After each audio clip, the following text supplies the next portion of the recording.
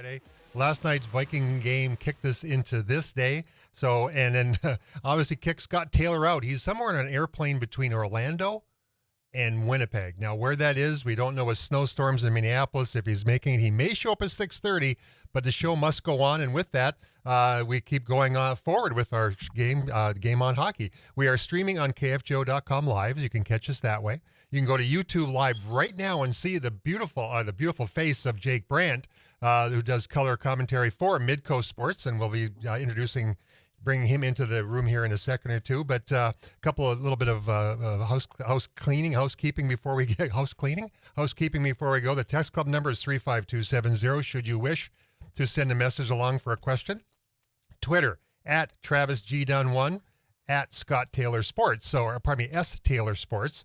If you would like an update on who the guests are going to be, we do post that on Twitter each and every week before the show. And in this case, we have a big fan club following Jake Brandt on YouTube Live, I anticipate. So with that, we open the door and we bring in Jake from the beautiful city of Brainerd, Minnesota. Hey, Jake. Hey, thanks for having me. This is going to be a lot of fun. Well, I tell you what, it's a different time. We do this on Zoom up to YouTube Live, so you can tell all your friends right now that you can be watching you, whether it be north of the border or south of the border. We all have friends that way. And, in your fan club is a large one. Bailey Bjorgi, we appreciate you probably listening tonight, so give a shout out to Bailey, a good super fan of UND hockey. So, Jake, how you doing on this beautiful night? I'm doing great. I got to say a special hi to Bailey, too, because she's always such a huge supporter, and she's just a diehard UND fan, and I got to give a shout out for her on air next time as well. But no, doing very well. We haven't had any of the big storms here this way yet. It's kind of all down in the metro and south of there. So I'm anticipating or just enjoying a kind of a quiet evening back here in Brainerd to watch a little Colorado Avalanche hockey tonight, and then UND and Colorado College. So we'll been doing a lot of hockey watching. You got that. We'll definitely talk about the Avalanche here, but let's start out with college hockey in general. You've seen a lot of the NCHC teams. You've seen obviously a lot of UND hockey in that case, and comparing all the teams. Let's go down kind of a list of who you think are the contenders and who may be the pretenders. Let's start with Western Michigan. Hot and cold. Good at home, not great on the road, but an awful big, heavy hockey team. They're a big, heavy hockey team. I mean, you got Warred, you got Ethan Frank, you've got who's the Ronnie Addard. If Bussy's healthy, they appear to be a big, strong, heavy team. I question the depth. I haven't seen them live yet because North Dakota hasn't played them. I know I talked with Scott Salmon, and he said it was a road trip. He was excited to get out of the way right away. He was really excited they were playing them early because they're hard to play against up in Lawson. Honestly, I think the real teams, I think Western's in there. It's just when you're going to go into the NCAAs, you got to go on the road and you got to win, and you got to win back-to-back games. And, I think when you bring UND in there, the back-to-back thing so far, I'm excited to see tonight. Brad Berry, and like he does, and yep. I'll say this: Brad Berry's done an amazing job. Him and Dane Jackson and Carl Gehring. We're talking about a team that lost a lot of talent, and it's like Friday night, everyone's ready to jump off the roof, and then Saturday the boys rally back. They're still sitting up top of the NCHC standings, so they're a team that honestly, I think it's a different makeup team for North Dakota. They're going to win by committee. They're not going to try get into a shootout. But I think North Dakota's legit. I think Brad Berry's done an absolutely amazing job with the group and trying to kind of blend in a bunch of new bodies, and they're getting the job done.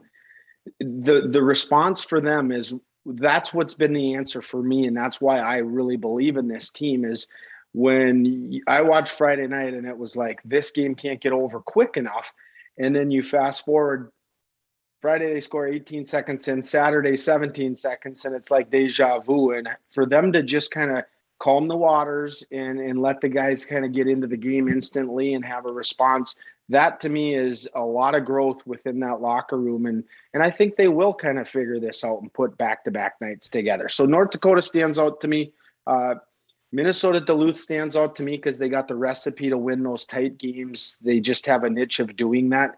St. Cloud stands out to me just because they have so many people back. Don't forget they were the runner-ups last year. Mm-hmm. And then Denver's really came along here. So I think North Dakota kind of caught Denver at the right time early there in North Dakota. So those teams really stand out to me that, if I got to throw someone into a pretender, I would maybe put Omaha there. But again, I haven't seen them live, but they played a lot of home games early. They had a lot of success. It's a different animal than when you go through this gauntlet of the NCHC. That's the voice of Jake Brandt, who does color analysis so very well on Midco with Alex Heinert, who will be joining us in the last segment about 6:40-ish, and maybe give us a little bit of a tour of the rink that he'll be broadcasting from tonight in Colorado Springs. So it'll be very interesting to get a chance to visit with Alex and put these two guys back in on radio, but on TV at the same time. It's very, very mysterious, but it's called YouTube Live. So thank you for joining in. You're listening to Game On Hockey on 790 and 104.7 FM. Social media, Jake. Let's go back to when we were playing. Are we thankful there was no social media when we played? I think you're thankful there was none of it when you played, and in even doing the color commentating, you get tagged in on it. Oh. And so it's it's one of the things that when you're with North Dakota. It doesn't matter what aspect you're involved with North Dakota. The fans are super fans. They love and they embrace. Mm-hmm. And so with Alex is such a professional, and I say Midco puts everything into this. So I got to give a lot of really kudos to Midco and the amount of energy and the amount of bodies it takes to put on a UND production. And we try not be such a homer crowd. There's no there's no us. It's North Dakota. It's Minnesota Duluth. And so I think some fans get mixed up in that I still love North Dakota hockey. I still bleed green. I have UND stuff everywhere in my house. Sounds familiar. So it's not one of those that I'm looking to, mm-hmm. be down on UND or not. It's not fun talking great about Minnesota, for instance. But when you're in a booth, you're doing a job and you try and just call things as you see it. And, that's what we kind of take pride in, is we're trying to be, a neutral broadcast of and picking out where the opposition's doing things well, players that are doing things well. I look at Minnesota Duluth. I really like this Dominic James kid. I didn't know a whole lot about him coming in, and 3 weeks later, he's on the U.S. preliminary national under 18 roster, or for the World Juniors, not under 18, under 20. And so it's like, well, maybe Alex and I weren't so off. This guy clearly has been identified as a real good talent. Right. So yes. Can you name, and I'll go back, this is a little history lesson here. Can you name the 5 guys that have been color analysts for UND Hockey on television? Can you do that? Well, you have. I was number 1. Kerry Eads was number 1. We go back to PBS. Him and Jim Adelson did it on PBS way back in the early 80s. And then I took over in 83 with Pat Sweeney. And after me was... Well, O'Keefe was in there as well, and then Bradall was in there. Yeah, I forgot about the KVO, the KTHI days. You're right. So O'Keefe was, Bradall was, Kovarinsky was, I was, and I'm probably missing a name in there. He coaches at Bemidji State, the women. Scanlon. Yep. There you go. He did. And that's what each one of us brought something different to that equation. You listen to, obviously, Game On Hockey on the mighty 790 KFGO and 104.7 FM, talking with Jake Brandt, but we're also talking about the days that we did things on TV. We all have our own style, and I don't like the we and the I. I hate that when a commentator does that. You try to walk a fine line, but everyone's style is different, and that's what gets kind of picked on sometimes, and it looks a lot easier. Playing the game looks easier when you're watching from the stands for everybody, and analyzing looks a lot easier from sitting on your sofa drinking a beverage. It sure does, and your views are way different when you're sitting on your sofa drinking a beverage. Like, there's calls, like, trust me, I don't really love some calls, but I'm like, well, this is where we are. It's a penalty. You got to go out and kill it. And so no doubt about it. The style, like, I'll be honest, like, at the end of the day, none of us went into TV. We're old players that are passionate, that care about the program. And to be honest, the joys of it is you really are dialed in. When I think so many players go through playing there and they get on with careers, they get on with raising families, they get involved with coaching, they're busy on weekends, so you don't tune in as much. And I was one of those where I did a lot of coaching, so youth coaching, and I would catch scores. I wouldn't really sit down and make a Friday night where Right. I'm going to watch the game, or a Saturday. And there's a lot of those out there. So we don't really, you don't understand the TV aspect. You don't understand when they're in your ears talking and you're talking. Uh-huh. And when you're going to TV timeouts and all of that stuff. So it's a pretty unique art. I had really learned with Dan Hammer when I did it, and I loved working with Dan. They brought in Alex. I'll be honest, I was nervous. He's a South Dakota kid that didn't know a lot of hockey. But one thing I'll tell you, Alex Heinert, boy, he is a sweetheart of a human being. He's as genuinely kind. He's as loyal of a guy as you will find. The stuff he does for Midco. I mean, we're in Nashville and he's out filming the players going in. Here's the play-by-play guy studying rosters and that, but he does it all. He clips, he does all that stuff.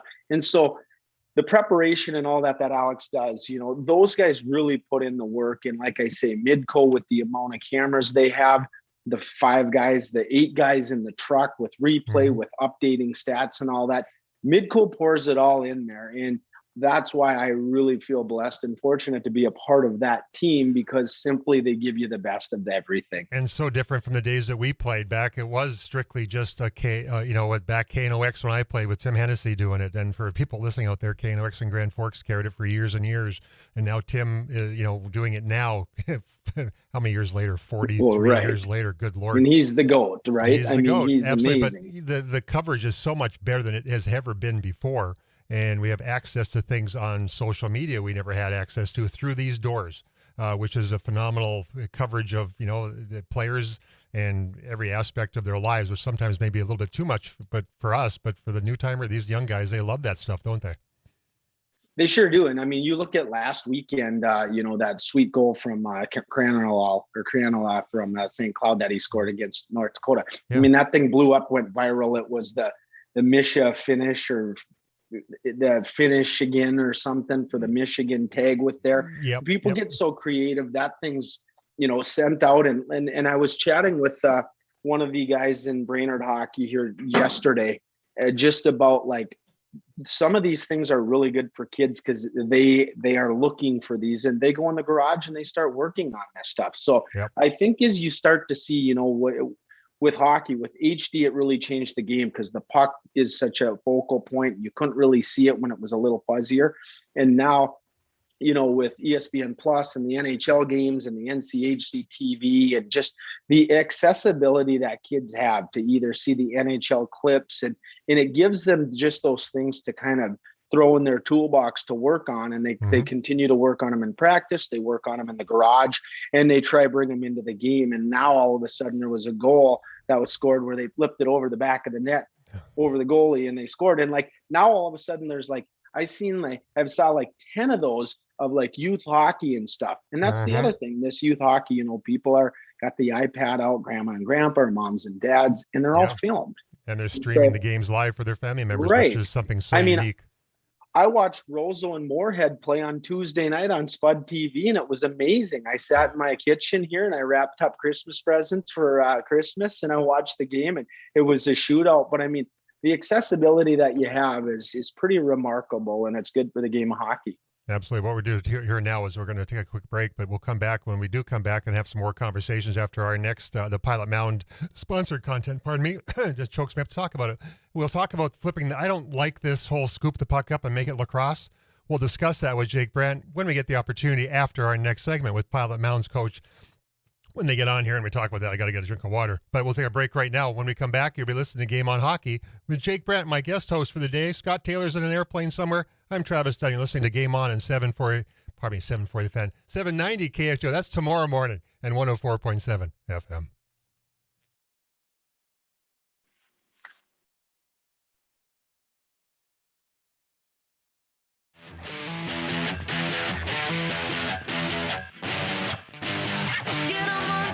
Get on out there, get on it, get amongst it, get on it now.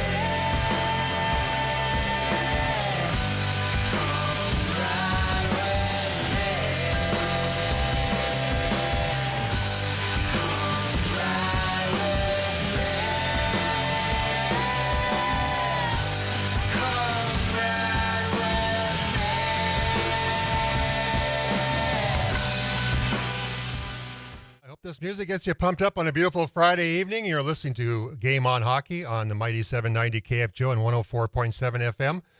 If you're in the more hockey conversation tomorrow morning on 740 The Fan, I have guest Jason Gregoire, the head coach of West Fargo High School Hockey. I have Steve Ole Olson, the radio version of Jake Brandt. We're going to do a little analysis on this hockey season from his perspective and add some different perspective on the season. And can UND get over this slow start on Friday nights? We'll find that out tonight, of course, as they take on Colorado College here. The programming after this show at 7 o'clock will be 7:30. Pardon me, will be a rerun of Hennessy on Hockey. The rerun of the Tim Hennessy and Zach Parise conversation about his recruiting trip, and we'll talk about that a little bit maybe with Jake after this particular segment. So that's coming up, and then of course the pregame show and the drop of the puck from Colorado Springs, the brand new facility that Alex Heinert will introduce us to here at about 6:40 with his Zoom call as he joins us. But from here, quickly, one more bit of business I have to do. This is from the Nilles Law Firm studio.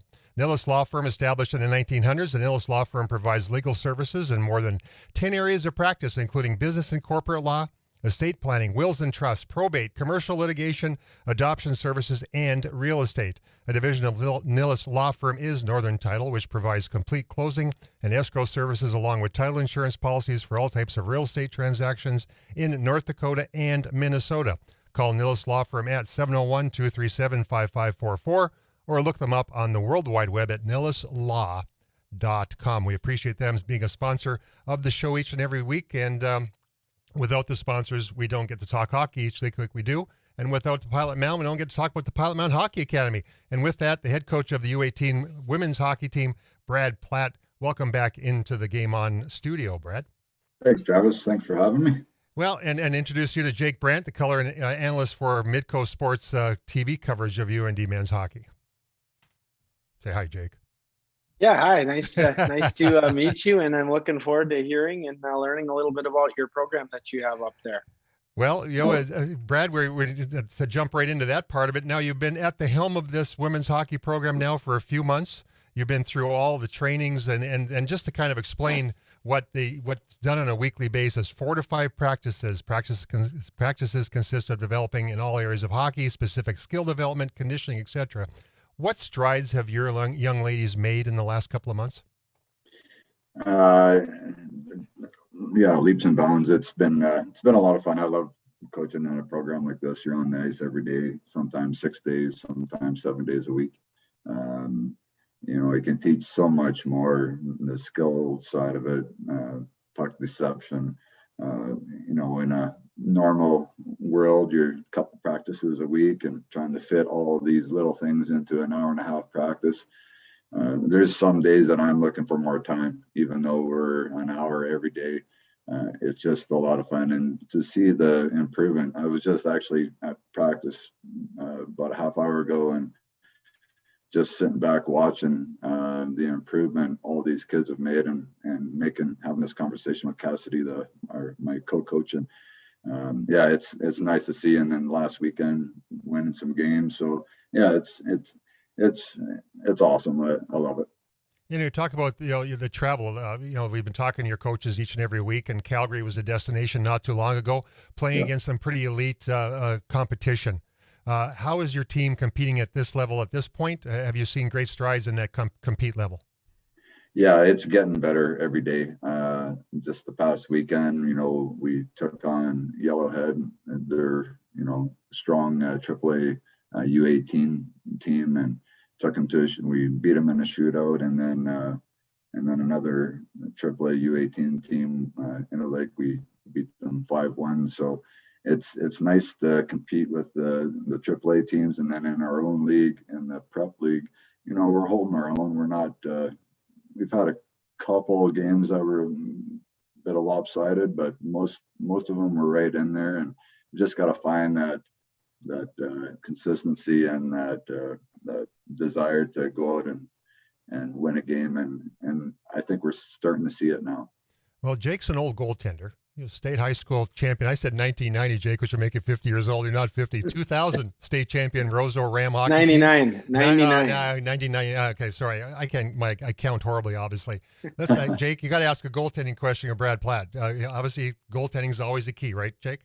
Oh, for sure. I've always said, show me a good goalie and I'll show you a good coach. I mean, no doubt about that. I guess my questions are how are you identifying these players? Is it they're coming to you? Are you going out identifying these, or what is the process for you guys of getting this talent in building a program?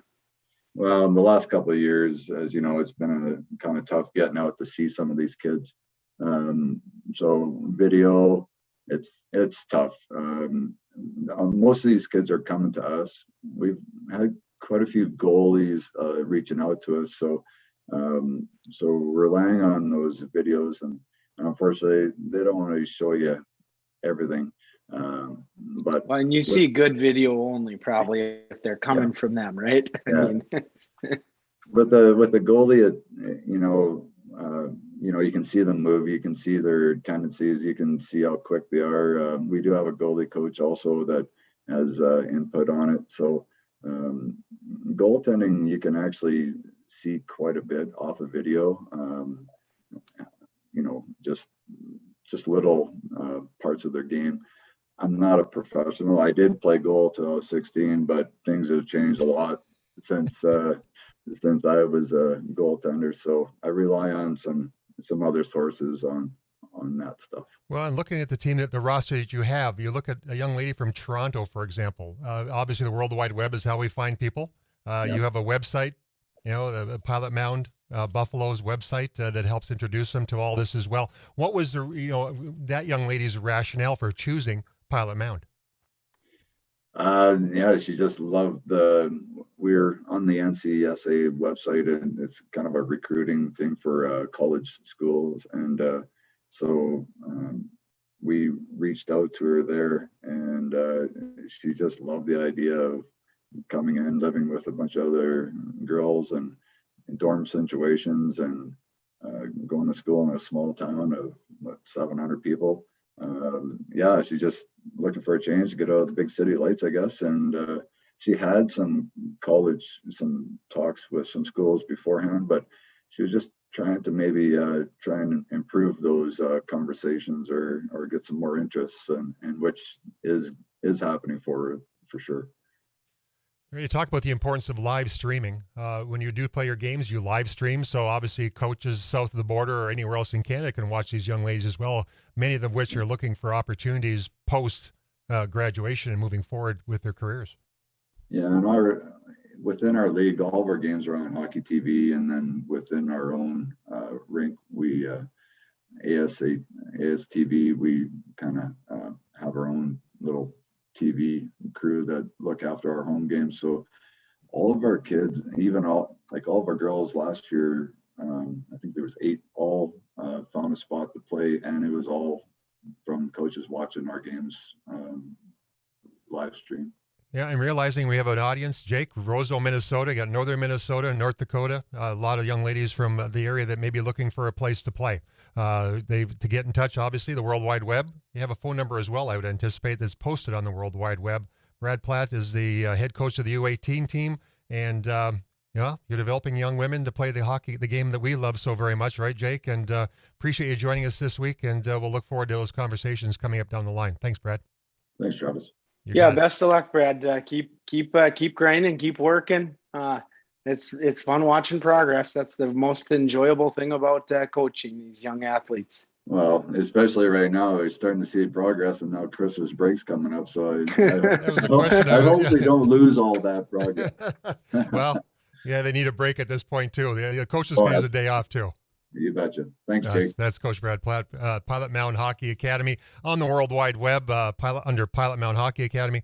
Look it up if you have a young man or a young woman who wants to take an opportunity and take a shot at Pilot Mountain. A great place to go learn the game of hockey in a really safe environment with great schooling as well. Well, we'll take a quick break. When we come back, carry on the conversation with Jake Brandt, my co-host for the day, my co-pilot. Maybe Scott Taylor will join us. Not sure, depending wherever the heck his airplane is. And then, of course, Alex Heinert will join us after that. You're listening to Game On Hockey. You're listening to it on YouTube Live. You're watching it, YouTube Live. You're listening streaming on KFGO.com live, as well as terrestrial, 790 KFGO and 104.7 FM.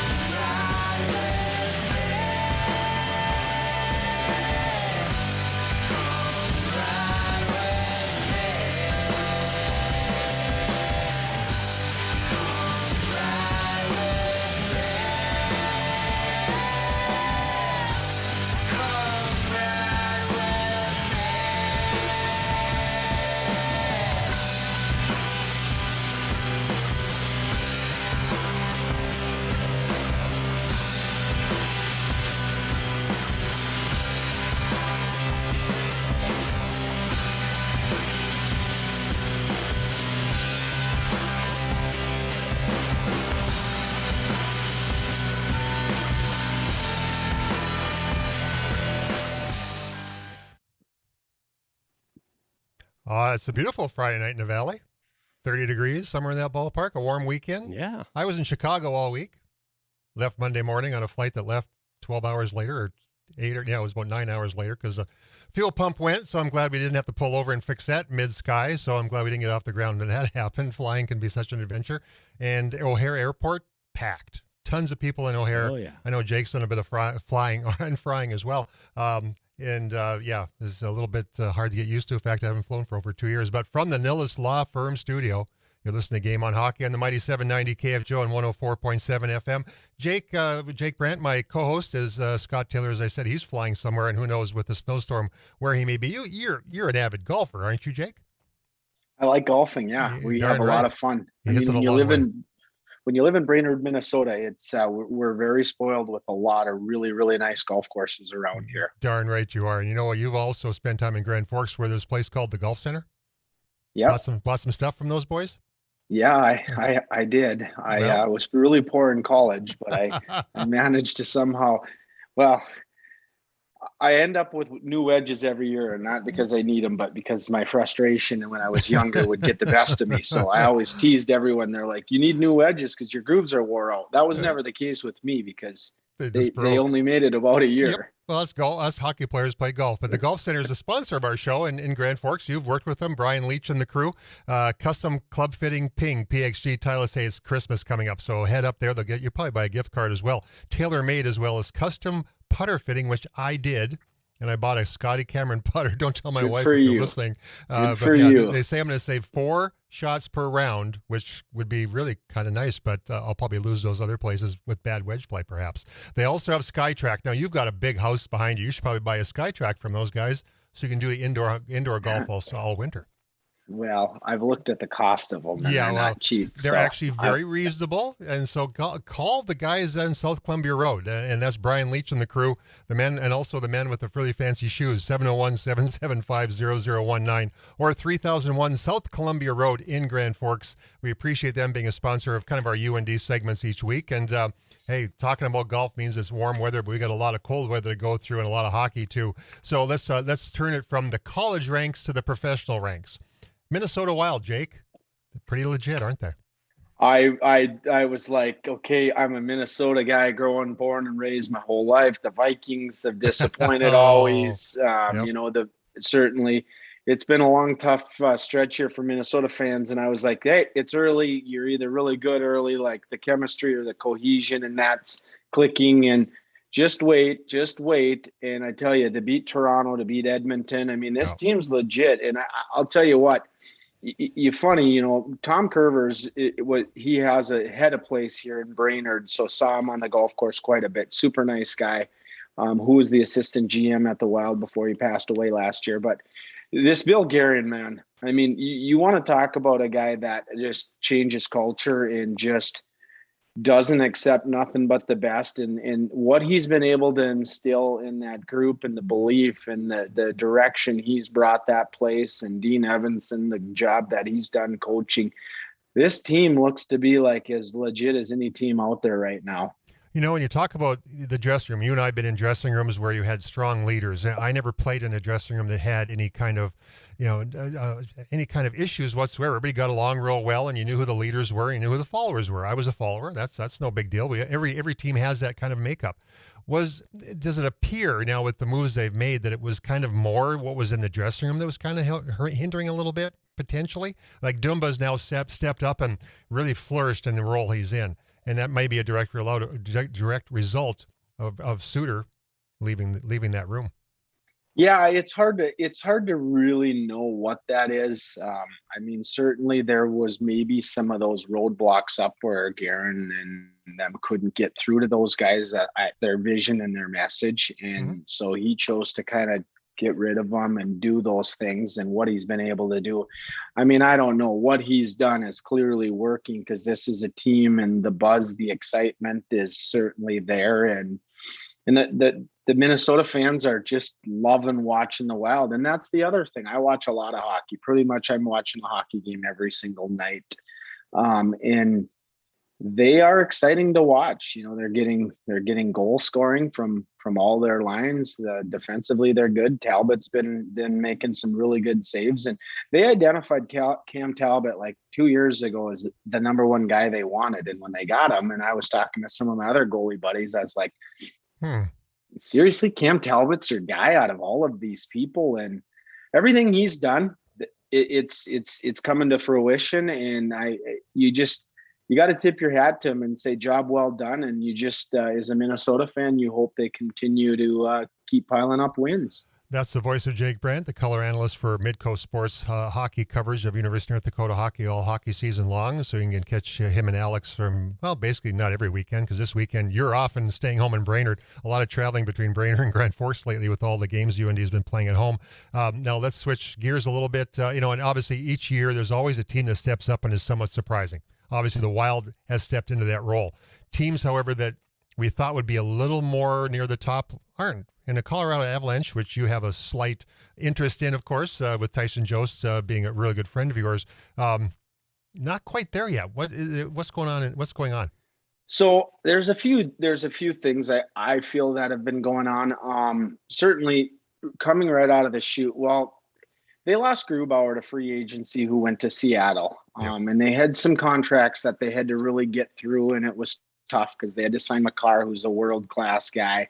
They signed Rantanen a couple years back to a really healthy contract deal, and they got McKinnon, who's going to be coming up. So Joe Sakic, he's got to manage all of this stuff. And I mean, when you're talking $500,000 here and there on saving on a player just to navigate through that cap space, I think people forget about those things that go into that. So, new goaltender, they get Kemper. They had to really panic because I don't think Kemper or that Grubauer was really, they felt like he was a threat to leave. I felt like the time was just going to work its course and they were going to get him. He goes to Seattle. They have to scamper. They have to get rid of one of their, number one or a first round draft pick and then get him for that. And he's up for contract next year. So new goaltender, the backup goaltender, Francouz, has been injured. He hasn't played an NHL game in over 2 years now.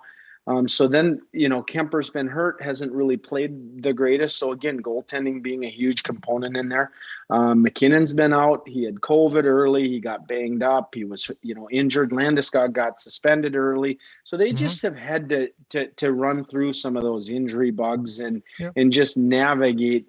Kadri was suspended early on from his suspension from the playoffs. And so some of those guys that were out, right. But they've actually really had some of these other guys like Logan O'Connor, who was a player for the University of Denver. He stepped up, done well. This Newhook kid from Boston College has came in and played well. So I think they're finding their traction. But it's just taking a little bit more time going through that. Update us on Tyson. This is now his third year. He would have been a senior? Fourth year. No, he would have been a senior. Yeah.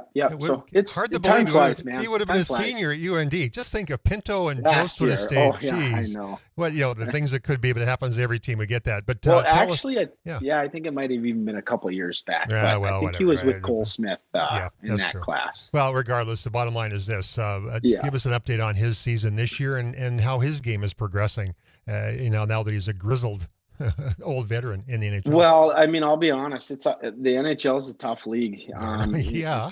It's just hard to get into lineups. It's hard to get into those grade A opportunities. So much is defensively nowadays.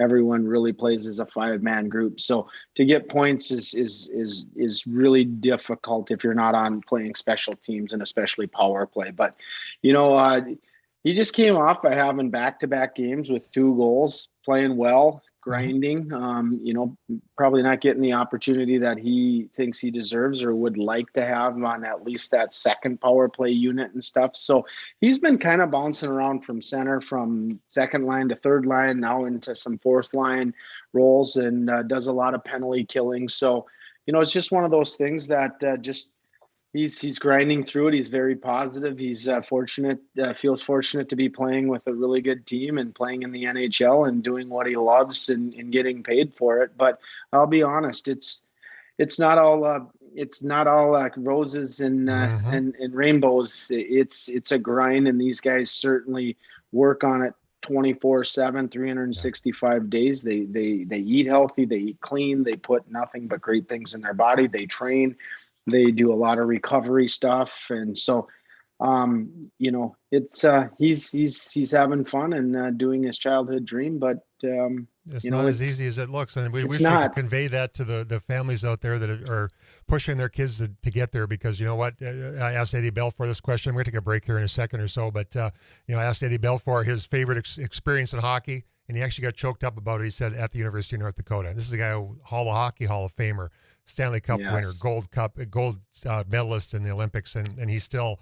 The amateur days are still cherished by Ed Belfour. We'll take a quick break here. It's hopefully Mr. Heinert will be waiting for us when we get back after the break. He's on. He's texting me. He's excited, cool. And I'm excited that he's coming on. You got it. We'll take a quick break. When we come back, we'll talk to Alex Heinert. We'll be getting a tour probably of the new rink in Colorado Springs with my co-host Jake Brandt. You're listening to Game on Hockey on 790 KFGO and 104.7 FM.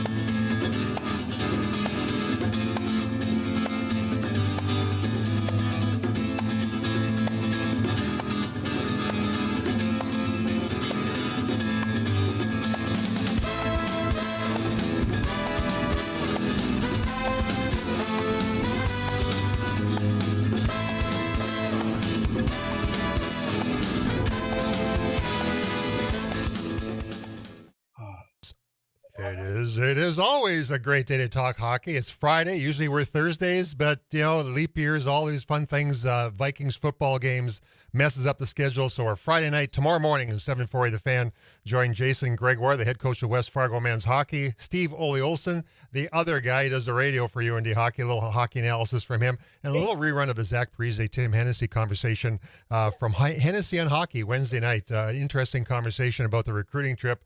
And we'll also have that running immediately after this show. a little Hennessy and hockey, talking with Zach Parise, then into the pregame show, and then Tim calls it at 8:30.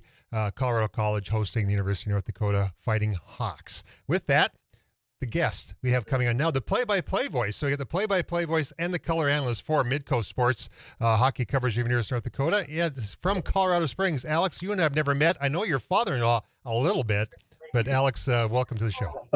No, thanks for having me, Travis. Yeah, that's my father-in-law is a great man. He's a good man to know right now. Yeah, absolutely. Well, I'm a medical rep, and he uses some of the products that I represent. So I've had a chance to visit with him in the operating room a few times. But welcome to the show. How was your trip from Sioux Falls, South Dakota to Colorado Springs today, by the way? It was an interesting journey. So normally I would fly with the team and just go from Grand Forks and be with the group. We had some family stuff pops up, and so I wasn't able to leave on Thursday this week. So I'll just fly out from Sioux Falls. I'll go to Denver. I'll make the trip down easy. No big deal. Direct flight. Yeah. But Sioux Falls was supposed to get a foot of snow over the course of the day, and so my flight that was going to take off early afternoon was not going to happen. So I went to the airport at 4 a.m. this morning and flew standby, and I was able to get on a 6 a.m. flight and get here okay. But it wasn't quite how I drew it up, but I'm here, and that's the main thing. That's the main thing, absolutely. And both you and Jake are here, and we appreciate you guys taking time out busy schedules. You're in Robson Arena, the brand new, spanking new facility. What's your perception of this facility with your first walk in the door? It's nice. I mean, new is the word that I would use. I mean, when you walk in, you can tell this is the first year of this place, and they put a lot of care into it. You can tell it's very different. If anybody had been to the old Broadmoor World Arena here in Colorado Springs over the years, this is about night and day, as far different from that as you could get, just from the intimate setting that's here. I mean, the World Arena was a fun building to go into, but I mean, yeah, between the purple seats, and it was such a big facility. The fans are going to be right on top of the action here, and that's great. And it's bright. It's right on campus, which is great. I'm excited to see what it's like to see the guys take the ice here tonight, but they did a great job with this place for sure. Well, Jake played in the old Broadmoor, and I played in the original Broadmoor World Arena, where the figure skaters would get ready for the Olympics and train for that so then that was right on the not campus, but the Broadmoor Hotel. We walked past it from the Beatty House on the way to the Broadmoor Arena. If you shot the puck around the boards, it would go underneath the Zamboni door and out. Kind of like Rozo's Arena back in the day, Jake. Right. Yeah, the rink where you'd go in the corner and the defenseman's stick would go in there. And you could get a turned over puck because the guy's stick's half wedged in and broken. Yeah, I remember that door. Yeah, well, Jake also shared, Alex, that you, coming from South Dakota, didn't have a heck of a lot of a hockey background in your life. Explain the education that Jake has been able to give you, and of course living in the bubble in Omaha, all the things you've absorbed over the last number of years as a play-by-play voice. Yeah, it's been a great education, and Jake's been a big part of that. Yeah, I grew up in western South Dakota. We didn't have, small town, grew up on a ranch, didn't have hockey as an option to go play as a kid. But I grew up watching the game. We would always tune into NHL and ESPN broadcasts and follow Frozen Fours and things like that. And I was a hockey fan as a kid, but I just never had the opportunity to play. And then going through college, and I went to the University of Sioux Falls. We have the Sioux Falls Stampede there in town, and so I started to work for the organization doing public address announcing, and that was kind of my crash course in all the finer details in what the flow of the game is like, and what the officials are looking for, and what different, because I was on the ice, you're right between the boards doing PA, and so that was priceless for me, especially knowing, not knowing that this was going to be in my future, but when I got the opportunity to do these games for UND, I was able to lean back on some of those experiences. But it's nothing like calling a game, live as things are happening. And I can tell there's no enthusiasm in your voice, Jake. You can ask a question. Here's your opportunity. You get to put him on the spot. Ask him a tough question that our audience can learn more about Alex Heinert. Bring it on, buddy. Oh boy, you didn't even cue me up. No, I didn't. Did I? Just dropped it right on. I don't know, because if I ask anything, honestly, Alex is I go to Alex more on anything, because Alex, when I talked about your background, I talked about, growing up in different, I grew up in Roseau, where you come out of the womb with skates on. You come out with cowboy boots and a hat to work on the ranch. So it's totally different. I just admire, the preparation and the work that you do. But I guess what was the biggest fear or the biggest challenge coming into North Dakota at such a prestigious, highly tuned in, audience? Great question. Yeah, I mean, knowing that all those things that you mentioned, knowing this program is what it is, knowing that people care so much about it, wanting to do a good job. I think you and I, Jake, are a lot alike, that we're people pleasers, and we want people to enjoy what we're doing and want them to appreciate the effort that we're putting in. And deep down, we just want people to like us, really, right? And I think that was one of the fears that I had coming in, of like, man, if this doesn't go well off the bat, it's going to be really hard to win these people over, because the first impressions matter. And the first month or so of the season, it felt like I was swimming a little bit of just sort of figuring out, what is it like to call a game? What are some of the things I should be preparing? How does that process work? But again, Jake was huge in that, just to be able to lay off and let him describe what's going on, or explain a call, or explain maybe what a coach is thinking. That was huge for me, just to have someone I could lean on, which I still obviously do, even though I know a little more about what's happening now. There's still times when I'm like, hey, just take over. I don't know what's going on. You got it. Explain to us what's happening. That's the voice. That's the voice of Alex Heinert, Jake Brandt. Alex Heinert, play-by-play voice and color analyst for Midco coverage of University of North Dakota men's hockey. And Alex is in the lovely Colorado Springs brand new hockey rink, Robson Arena. Can you turn your camera around? I was going to say, we got to see this. We got to see this facility a little bit. And there we go. Look at that. Where else can you get this on radio, ladies and gentlemen? Go to YouTube Live, and you can watch this right now. Obviously, no one on the ice surface, but a nice, intimate facility on a nice campus, and the campus is only 3,000 students. I anticipate it will be a little more raucous than the old Broadmoor, which was kind of cavernous, right? I would think so. I think that's kind of the expectation. I know that they're still in school right now. I think in their second block, they have that four block system here at CC. But from what I've seen and watching NCHC.TV, it feels like this place has been packed. It's, again, about a 3,500 seat facility, and it seems like that the fans on campus have come out, as well as the normal CC diehards here from Colorado Springs. So I would expect it to be a pretty fun atmosphere here tonight. Little trivia question. Paul Markovich from Grand Forks, North Dakota, was the first Rhodes Scholar in WCHA history. I'm not sure if there's been one since. He played at Colorado College. Hey. He is now the CEO of Blue Shield of California.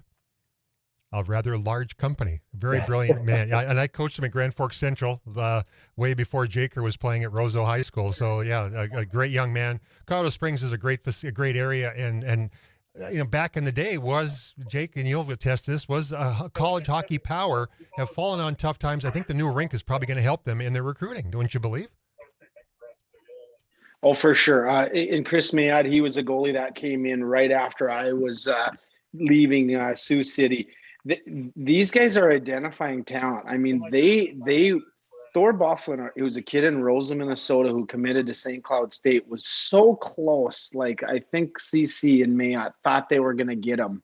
And I think with the ties with St. Cloud and then Mr. Oliver, who's an assistant there with Roseau, that just kind of flipped things. But he's going to do an amazing job.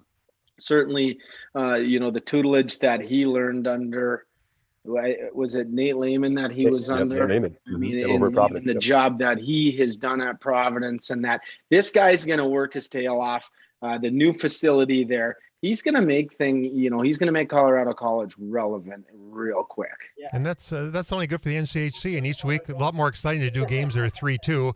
The heart attack kids UND has become a little bit tougher. The 8-1 games you don't want to see. But playing the CCs is so much more fun when the games are relevant and the teams are competitive. And that's the exciting part about this new Colorado College program. Not new, but the new rink and all the things that come with it. Right, Alex? Yeah, the new era. Yeah, for sure. And you've seen that this season. I mean, in their first year with sort of this combined roster of Mike Havlin's guys and Chris Mayotte and Pierre Menino and some of the new guys they've brought in, they've been competitive. I mean, they beat Boston College out east. They took St. Cloud to overtime. Like they beat Omaha. They shut out Omaha last week. I mean, they've picked off some pretty good teams. I mean, they won 4 games all of last year. They've already got 3 wins this season in the first half.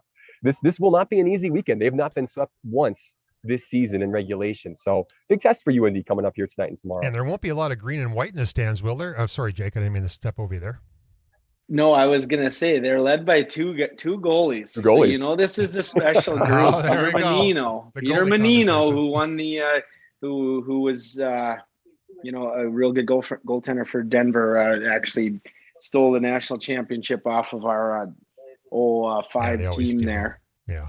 But, two goaltenders there with great hockey minds. I think they're going to do a real good job and build a good program there. And to that point, there won't be probably a lot of green and white. There's only 3,400 seats somewhere in that ballpark, and I understand tickets are rather hard to come by, Alex.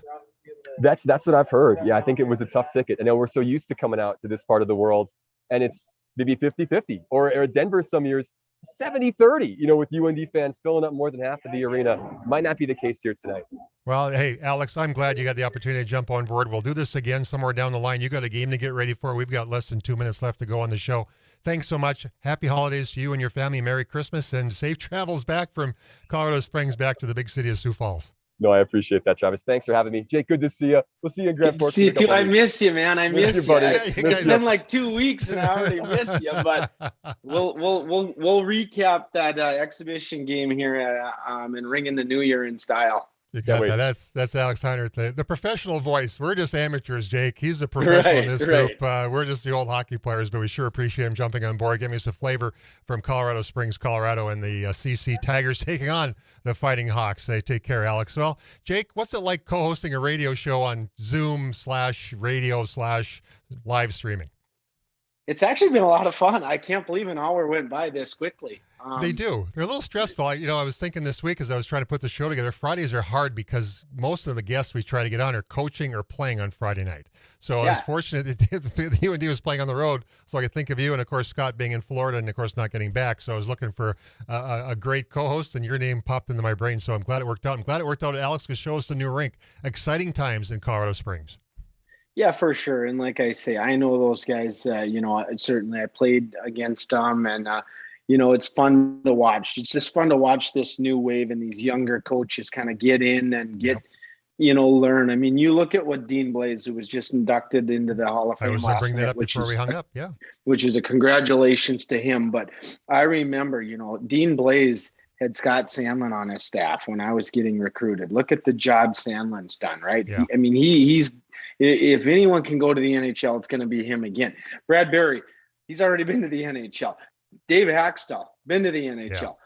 The amount of people, that Blazer impacted and shaped, and that's this new wave of kids coming through, which is exciting for new hockey. Blood's always a good thing to throw in there. And new blood to be a co-host is always great too. I know where to go next time when Scott can't make it to the big show, but it's awesome, my friend. Happy holidays, Merry Christmas to you, and wherever the heck you may be traveling off to. We'll do this again, and you can be a guest and join Scott and I somewhere down the line. But with that, for Poly Alliance, we appreciate you making the board and making everything stress-free today, my friend. This has been awesome.